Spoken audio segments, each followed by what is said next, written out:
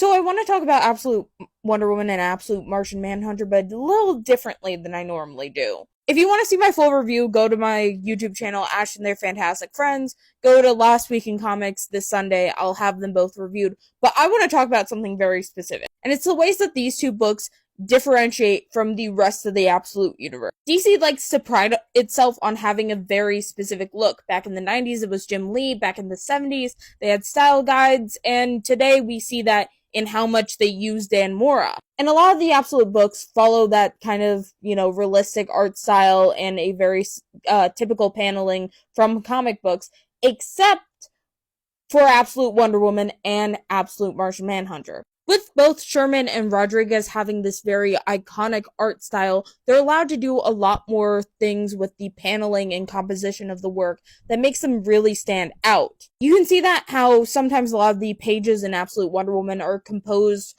more like Greek art rather than a typical comic book, and how Absolute Martian Manhunter styles itself like a noir with a lot of high contrast pieces, thus really sucking you into the fact that this is a new universe. This is different than your typical DC comic. These kind of visual differences are really keeping audiences hooked and interested, on top of just being fantastic stories. And I feel like because DC publishes these at the end of the month, it's almost like a we don't really care sort of mentality. Like, these books are consistently competing in the top 10 while only having a week of sales.